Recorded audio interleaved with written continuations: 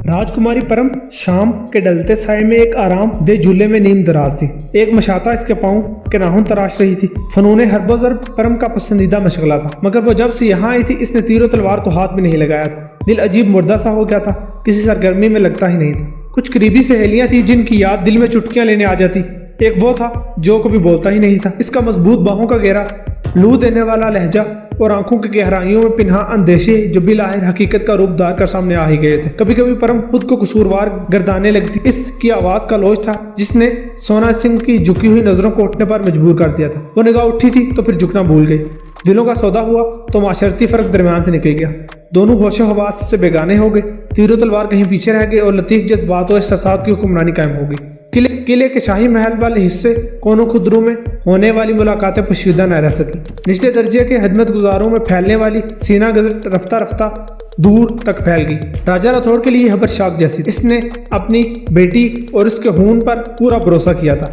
इस सबब इसने सोना सिंह को बेटी का अतालिक मुकर्रर किया था, मगर खून पर नौजवानी के जज्बात गालिब आ गए। राजा राठौड़ गमो गुस्से से फट पड़ा, मगर इसके गजब का दरिया सोना सिंह को निगल न पाया। परम की हास खादिमा के सबब इसे परम का पैगाम बर वक्त मिल गया। इसने राजदारी और बोझल दिल के साथ राठौड़ नगर छोड़ दिया। बाद में सोना सिंह दिल के हाथों मजबूर होकर दारकोट की नाकाबिले तस्वीर फसील को रोनता हुआ परम तक पहुंच गया।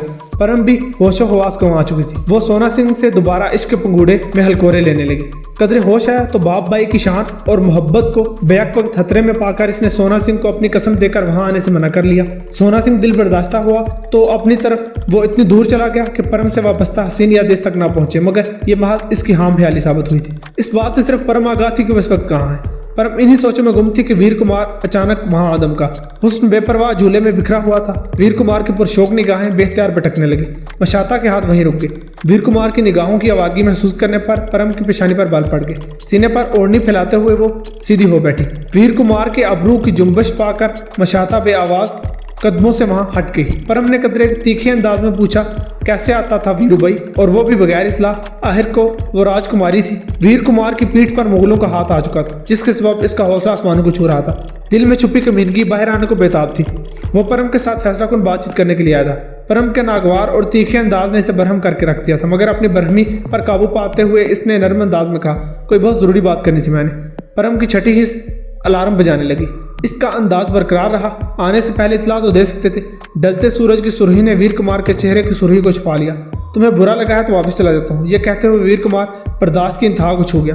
परम पल भर में एक फैसले को पहुंच चुकी थी। वीर कुमार की वाराफगी और निगाहों के पैगाम बेहद वादे हो चुके थे। छठी हिस्स ने इतला दी कि वो हाले दिल बयान करना चाहता है। इसकी तबीयत साफ करने का ये अच्छा मौका था। यही सोचकर परम ने कदरे नर्म अंदाज अपनाया। नहीं, इतनी जरूरी ही बात है तो बैठकर कर लें। इसने झूले के करीब पड़ी नशिस्त की जानिब इशारा किया। नशिस्त संभालते ही वीर कुमार ने पूरे एतमाद अंदाज कायम करते हुए दो टोक अल्फाज में कहा, तुम्हें बखूबी इल्म है कि हमारे बुजुर्ग हम दोनों को जीवन साथी के रूप में देखना चाहते हैं। बुजुर्गों की ख्वाहिश पर मैं बखुशी अपनी रजामंदी दे चुका हूँ। तुम क्या कहती हो? परम अंदर से चौंक गई। वीर कुमार को इतना पूरे एतमाद इसने कभी नहीं देखा था। वो रिश्तों में बिगाड़ नहीं लाना चाहती थी। इसने ठोस और पूरे एतमाद अंदाज में कहा, मैंने आपको हमेशा जगदीश भाई की तरह ही जाना है। वीर कुमार के जबड़ों में हड्डियां नमूदार हुई, मगर वो खामोश ही रहा। इसके तासुरात को पढ़ते हुए परम ने मजीद कहा, है ये कोई ऐसी बात ही नहीं।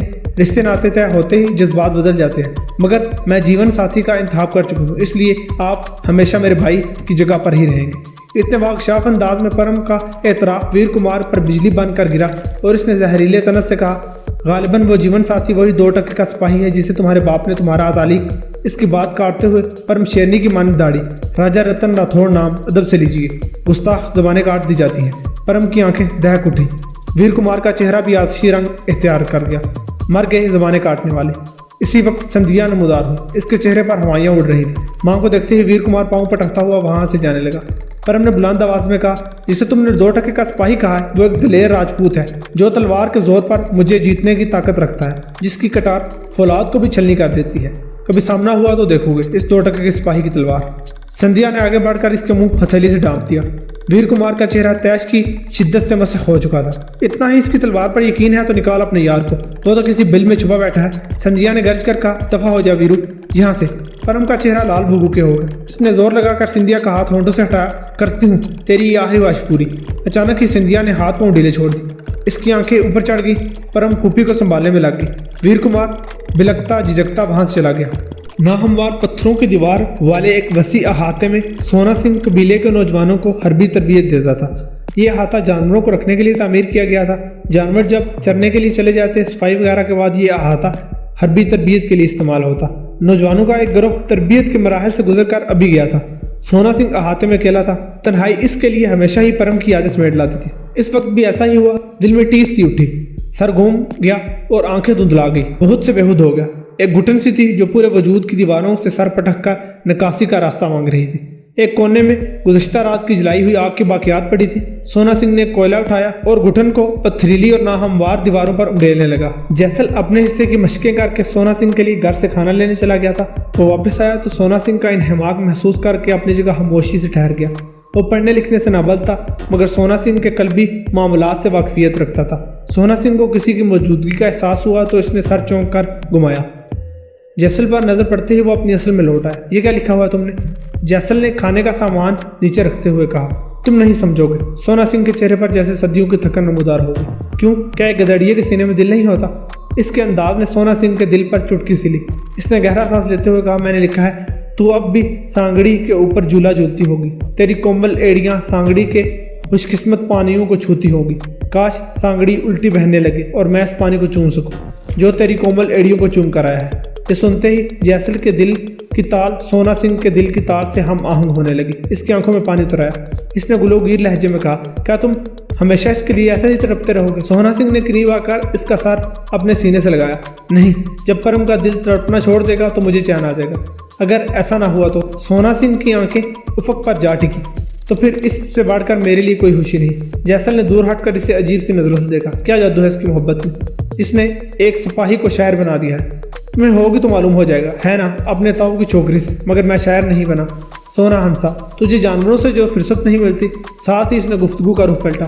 माँ ने आज क्या बनाकर भेजा है? भेड़ का मांस। तुम्हें पसंद है ना? सोना सिंह ने इस बात में सर हिलाया। खोल जल्दी से रुमाल। रुमाल की गांठें खोलते हुए जैसल को कुछ याद आया। पहाड़ी डाकुओं का सरदार का कासिद आया हुआ है। अब्बा के पास बैठा हुआ है। तुम्हारा जादू उस वैशी पर भी चल गया है। मिलना चाहता है तुमसे। मिल लेंगे, अभी तो भूख से जान निकल रही है। राय वीर कुमार बेचैनी से बालकोनी में टहल रहा था। जाती मफाद परस्तों का एक पूरा गिरोह था जो इसके साथ। अपने जाती मफाद के लिए ये लोग राजा राठौड़ से गद्दारी पर पूरी तरह से आमादा थे। दर पर्दा दारकोट का मजबूत तरीन किला मुगलों ने खून का एक कतरा भाए बगैर ही सर कर लिया था। सिर्फ अब सांप का बिल में से बाहर निकलना बाकी रह गया था। इस वक्त एक गद्दार मुसाहिब हाजिर हुआ। इसने झुककर मुगलों के होने वाले किलादार को ताज़ीम दी। वीर कुमार ने रुककर सवालिया नजरों से उधेड़ उमर मसाहिब की तरफ देखा। मसाहिब ने सरगोशी के अंदाज में कहा, राजा राठौड़ के सभी वफादार हमारी तलवारों के नीचे हैं, सिर्फ आपके हुक्म भी दे रहे हैं। वीर कुमार ने पुरसताश नजरों से मसाहिब को देखा और पूछा, जगदीश राठौड़ की क्या खबर है? मुगल बंदूक बरदार इसके लिए गात लगाए बैठे हैं। सांगड़ी के इस तरफ उतरते ही इसकी खोपड़ी में सुराख हो जाएगा और तोपें हमारे कब्जे में होंगी। वीर कुमार के चेहरे पर जगदीश राठौड़ के लिए नफरत चमकी। जगदीश की अर्थी को आग लगाते ही राजा राठौड़ के वफादारों के सर किले की फसील पर लटकते नजर आने चाहिए। इन सरों को देखने के बाद आज रात मैं परम के साथ इसने परम के हवाले से अपने मजमूम इरादों का जिक्र किया। मसाहिब ने सीने पर हाथ बांध कर सर झुका लिया। हुक्म की तामील होगी कुंवर। मगर राय शाम पुत्र मसाहिब की जुबान लड़खड़ा गई। लहजे भर के लिए राय वीर कुमार की आंखें झुक गई। मगर हसद, कीना, हुकूमत और परम के हसूल की ख्वाहिश ने इसके दिल को पत्थर और जमीर को बेहिस कर दिया था। इसने दबी आवाज में कहा, मैं देख लूंगा। मसाहिब का चेहरा लहता भर के लिए चमक उठा। दिल बिलियों चलने लगा। मामूली कोताही पर इसे बड़े दरबार में लानत मलामत करने वाले पर आज रात बेटे के ही हाथों क़यामत बर्पा होने वाली थी। मसाहिब के रुखसत होते ही रायवीर कुमार दोबारा टहलने लगा। सूरज गरूब होने वाला था। एक क़यामत हेज रात का आगाज हो चुका था। राजकुमार जगदीश राठौड़ तोपे लेकर अपने दस्ते के हमरा वापस आ रहा था। वो अपने राजिये में पहुंच चुके थे, मगर राठौड़ नगर अभी दूर था और शाम के साये गहरे हो चुके थे। तोप बरदार गाड़ियां खींचने के सबब इंसान और जानवर बुरी तरह से थक चुके थे। सांगड़ी का पुल उतरते ही राठौड़ नगर की हदूद शुरू हो जाती। पुल पर से दस्ता गुजरा तो अपने घोड़े पर सवार जगदीश ने नदी पर नजर डाली। नदी का पानी हाथ से चढ़ाया था। मसाहिब पड़ाव का मशवरा दे रहे थे। जगदीश का इरादा था कि सीकरी के मुख्तलिफ से पहाड़ी सिलसिले को अबूर करके पड़ाव डाला जाए। वहां से राठौड़ नगर के किले तक कोई रुकावट नहीं थी और बासानी आग की रोशनी के जरिए किले वालों को अपनी आमद की इतला दी जा सकती थी। वो लोग सीकरी के पहाड़ी सिलसिले में दाखिल हुए तो रात के साए गहरे हो गए। एक पढ़ाई दर्रे के बाद उतराई का सफर था जो निस्बतन आसान हो जाता। वो भी दर्रे से नीचे ही थे कि फिजा में बंदूक के फायर की आवाज गूंज उठी। सबसे आगे जगदीश राठौड़ था। पहली गोली इसके चौड़े सीने के आर पार हो गई। वो उलटकर अपने घोड़े से गिरा। इसके साथ ही आसपास बुलंदी पर छुपे हुए मुगल बरदार दस्ते ने इन लोगों को गोलियों की इसके साथ ही आसपास छुपे मुगल बरदार दस्ते ने इन लोगों पर गोलियों की बारिश कर दी। मिशलोक बंदूक इस दौर का जदीद तरीन हथियार था। इस इलाके में मुगलों के पास 200 बंदूक बरदारों का पूरा एक दस्ता था, जिसमें 50 उस वक्त जगदीश के दस्ते पर आग बरसाने में मशगूल थे। इस दस्ते पर क़यामत बर्पा हो गई। जान बलब लोगों की आह बका, जख्मी होने वाले घोड़ों और ऊंटों की चिंगाड़ने की आवाजें, हर तरफ मौत का राज। जगदीश तो पहले ही हुल्ले में मारा गया। देखते ही देखते हर तरफ लाशें बिछ गई। जख्मी जानवर लाशों और जख्मियों को रौंदते हुए इधर उधर भाग उठे। मौत का खेल थम गया। मकामी अफराद जब खामोशी होने के बाद डरते डरते वहां पहुंचे तो हमलावर तोपों समेत वहां से निकल चुके थे। जगदीश राठौड़ की हलाकत की खबर जंगल की आग की तरह फैल गई। मकामी अफराद ने इसकी मैयत को फौरन राठौड़ नगर पहुंचा दिया। दूसरी तरफ दारकोट में भी मौत का अंधा रक्स शुरू हो गया। राजा राठौड़ के वफादारों को चुन चुनकर मौत के घाट उतारा जा रहा था। राजा राठौड़ को बेटे की हलाकत की खबर मिली तो वह नंगे पांव किले के दरवाजे पर दौड़ता हुआ आ गया। इकलौता और जवान जहान बेटा सीने पर गोली का तमगा से जाए सामने चित पड़ा था। राजा राठौड़ बेटे की लाश से लिपट कर दाड़े मार मार कर रोने लगा। फौज का एक बड़ा दस्ता फौरन ही हमलावरों के ताक़ुब में रवाना हो गया। अभी किले के दरवाजे पर मातम बरपा था कि हास नस्ल के बरक रफ्तार ऊँटनी वहां पहुंची। ऊँटनी पर परम और सिंधिया सवार थी। सिंधिया बुरी तरह से जख्मी थी। ऊँटनी से उतरते हुए वो लड़खड़ाई तो राजा राठौड़ ने बढ़कर इसे संभाला। इसके सीने और पेट पर कई जख्म थे जिनसे खून बह रहा था। राजा राठौड़ बेटे के बाद बहन के खून से भी लुथरा गया। पर में एक क़यामत से तो बच निकली थी, मगर दूसरी क़यामत इसकी मुंतज़िर थी। जवान भाई की लाशें से लिपट कर वो रोती जा रही थी। सिंधिया की आंखें ऊपर को चढ़ गई और सांस अटक अटक कर आ रहा था। इसने अटक अटक कर कहा, वीर ने गद्दारी की है। दारकोट मुगलों के कब्जे में है। आखिर वक्त में सिंधिया की आंखों में आंसू मढ़ाए। इसने खून में भीगे हुए कपकपाते हाथ भाई के सामने जोड़ दिए। मम्म मुझे क्षमा कर दो। काश मैंने वीर कुमार की जगह कोई पत्थर जान दिया होता। वो जालिम अपने पिता का भी कातिल है, इसे माफ न करना। राजा राठौड़ बहन के दोनों हाथ आंख से लगाए गैज़ो गजब से कांप उठा। सिंधिया ने डूबती हुई आवाज में कहा, वीर के सितम अपने वजूद पर तोड़ते हुए खुफिया सुरंग में से परम को सलामत निकाल कर लाई हूँ, तेरी अमानत तेरे हवाले। ये कहते हुए सिंधिया का सर एक तरफ ढक गया। मुर्दा बहन का सर सीने से लगाया राजा राठौड़ बिलक बिलक कर रोने लगा। हालातों वाकयात इस तरह के थे कि राठौड़ नगर के बका खतरे में थी। राजा राठौड़ से पहले परम ने खुद को संभाला। इसकी हिदायत पर को फूटने से पहले राठौड़ नगर और दारकोट को मिलाने वाले पुल पर बारूद लगाकर उड़ा दिया गया। बाप बेटी का सामना हुआ तो गिले शिकवे आंसुओं में बह गए। अगले दिन सिंधिया और जगदीश राठौड़ की आखिरी रसूमात अदा की गई। इस मौके पर पूरे राज्य की आवाम उमड़ गई। राय वीर कुमार की जानलेवा गद्दारी और इसकी आशेरबाद से मुगलों ने राज्य की हदूद में घुसकर जो बुज़दिलाना हमला किया था, इसके सबब आम आवाम में बेहद गुस्सा था। हर तरफ इंतकाम की ही आतिशी आवाज़ थी। राजा राठौड़ जानता था कि कोई जज्बाती कदम उठाना नुकसानदेह साबित होगा। अपने गद्दारों और मुगलों की मुश्तरका फौज का मुकाबला करने की ताकत इसमें नहीं थी। दुश्मन को वो दुश्मन के जहर ही से मारने का हाँ था। बेटे बहन और बहनोई का खून कभी कभार होशोहुद के दरपे हो जाता। ऐसे में वो बंद कमरों में दीवारों से सर टकरा जाता। परम बाप की हालत देखकर घुट घुट कर रोती रही, मगर बाई की बात अपनी जिम्मेदारियों से बखूबी आगाह थी। अमली तौर पर फौज की कमान इसने संभाली। इसके ज़ेर हिदायत फौजी टुकड़ियां राज्य की सरहदों पर पूरी तरह से चौकस थी। सांगड़ी का पानी रोज बरोज बढ़ रहा था। यह नदी राठौड़ नगर की फितरी मुहाफिज थी। इसे पुल के बगैर तोपों और भारी साजो सामान के साथ अबूर करके राठौड़ नगर के किले तक पहुंचना इस मौसम में नामुमकिन था। इसके लिए सरमा का इंतजार जरूरी था और सरमा भी बहुत दूर था। दूसरी जानब मुगल और वीर कुमार अपनी फतह का जश्न मना रहे थे। इनके नजदीक राठौड़ नगर की फतह अब ज्यादा दूर नहीं थी, मगर वीर कुमार को यह फतह फीकी फीकी सी महसूस हो रही थी। बाप को अपने हाथों से हलाक करके वो दारकोट का किलेदार तो बन गया था। इसकी नजर राठौड़ नगर के ताज पर भी थी, मगर परम हाथों से चिकनी मछली की तरह फिसल गई थी। परम के हसूल की ख्वाहिश दिल में अटकी हुई थी। वो हर कीमत पर परम का हसूल चाहता था और इसके लिए किसी भी हद तक जाने को तैयार था। राजा राठौड़ और परम की तवज्जो अपने दिफा के साथ साथ अंदरूनी गद्दारों पर भी थी। वो इस सिलसिले में बेहद मुतहरिक थे। चंद दिनों में कई अफराद ज़ेरे ताब आ चुके थे। दाखिली तौर पर अपनी दिफा मजबूत करने के बाद एक दिन दोनों बाप बेटी खाने की चौकी पर एक दूसरे के सामने सामने बैठे हुए थे। राजा राठौड़ ने गुफ्तगू का आगाज करते हुए कहा, पुत्री, जासूसों की जानब से एक अजीब सी इत्तला मिली है। मैं कुछ समझ नहीं पा रहा। इसका अंदाज उलझाया हुआ था। परम ने चौंक कर सर उठाया। क्या इत्तला है दादे? दिल्ली से हास मामारों का एक पूरा जत्था दारकोट उतरा है। वो लोग महसूस किस्म के नक्शे बना रहे थे और इन लोगों का ज्यादातर वक्त सांगड़ी के नदी के किनारों पर गुजरा है। न जाने वो मामार किस चक्कर में है। राजा राठौड़ का अंदाज सोच में डूबा हुआ था। जासूस इनके इरादों के बारे में कुछ कह नहीं सके। कोशिश में लगे हुए हैं। उम्मीद है जल्द ही मजीद कुछ मालूम हो पाएगा। परम ने इस बात में सार हिलाते हुए मौजू बदला। दादे, आपको लगता नहीं कि हम वक्त जाया कर रहे हैं? ये क्या कह रही हो पुत्री? मैं कुछ समझा नहीं। परम ने बाप के चेहरे पर नजर जमाई। चंद दिनों में ही वो अपनी उम्र से 10 साल बड़ा नजर आने लगा था। वो अपनी मूंछों को रंगने का खूब एहतमाम करता था, मगर आज मूंछों की सफेद जड़ें नुमाया थी। आंखों के नीचे हल्के थे और शाने डलके हुए थे। जवान बेटे को कंधा देते हुए ये हाल हो गया था। परम का दिल दुख से बोझल हो गया, मगर ये वक्त दुख को लेकर बैठने का नहीं था। वो बोली, हमारे गद्दार और दुश्मन अपनी जगह सुकून से बैठे हमें वक्त जाया करते देख रहे हैं और अपनी सफ़े मजबूत कर रहे हैं। इस दफा राजा राठौड़ की पेशानी का बल नुमाया हुआ। तुम जानती हो हमें पहेलियों में बात करना पसंद नहीं, माफ़ी चाहती हूँ। मेरे कहने का मकसद ये है कि सांगड़ी ज़्यादा देर तक हमारी हिफाजत नहीं करने वाली। अरूज को छूने के बाद ये रफ्ता रफ्ता नीचे हो जाएगी। दुश्मन इसी वक्त के इंतजार में है, वो वक्त आते ही वो हमारी फसीलों के नीचे होंगे। राजा राठौड़ मुतफक्किर हो गया।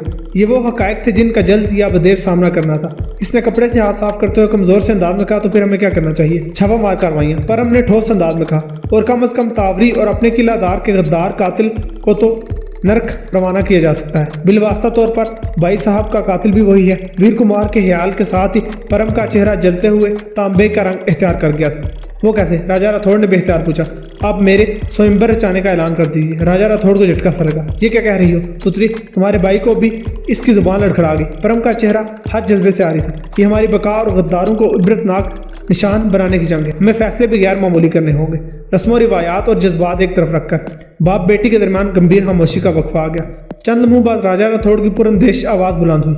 स्वयंवर रचाने का ऐलान करने के बाद हम किसी को भी इसमें हिस्सा लेने से रोक नहीं सकेंगे, बेशक वो हमारा गद्दार ही क्यों ना हो। परम ने सरसराते हुए अंदाज में कहा, यही तो मैं चाहती हूँ। राजा राठौड़ ने बेटी को ऐसे देखा जैसे इसका दिमाग चल गया और फिर समझाने वाले अंदाज में बोला, इस कमबख्त की हर तरफ दाग है, अखाड़ों का फातेह है, तलवारबाजी और तीरंदाजी में भी एकता है। इसके सामने आते ही स्वयंवर में हिस्सा लेने वाले बेशतर अफराद खुद ही ज़ेर दस्त हो जाएंगे। परम के चेहरे पर अब भी इत्मीनान था और ये तासुर बेहद गहरा था। राजा राठौड़ की गुफ्तगू जारी थी, इस नामुराद के सामने कोई टिक नहीं पाएगा और हम तुम्हें खोना नहीं चाहते। शफकत पिदरी राजा के चेहरे पर गुदास बांधकर नुमाया हो गई। परम ने अपनी जगह छोड़ी। मैं छापा मार दस्ते तैयार करने जा रही हूँ, हम मुगलों के नाक में दम कर देंगे। राजा राठौड़ अपनी जगह पर सुन हो गया। बेटी ने गुफ्तगू का रूह घुमा दिया और वो अंधे कुएं में छलांग लगाना चाहती थी। न जाने इसके मन में क्या चल रहा था। राजा राठौड़ की आवाज़ बुलंद हुई, वो गद्दार कुत्ता तुम्हें जीत कर ले जाएगा, इससे पहले हमें मर जाना कबूल है। परम बाप की तरफ पुश्त किए रुक गई। ऐसा नहीं होगा दादी। इसका लहजा इतना पुरयकीन था कि राजा राठौड़ हैरान रह गया। कासिद को मेरे पास भेज दे, आपकी तरफ से ये स्वयंवर का न्योता किसी को देना है। ये कहकर वो दरवाजे की जानिब बढ़ गई। राजा राठौड़ के वजूद में जैसे धमाका सा हुआ। वो खाने की चौकी के नजदीक बह गया।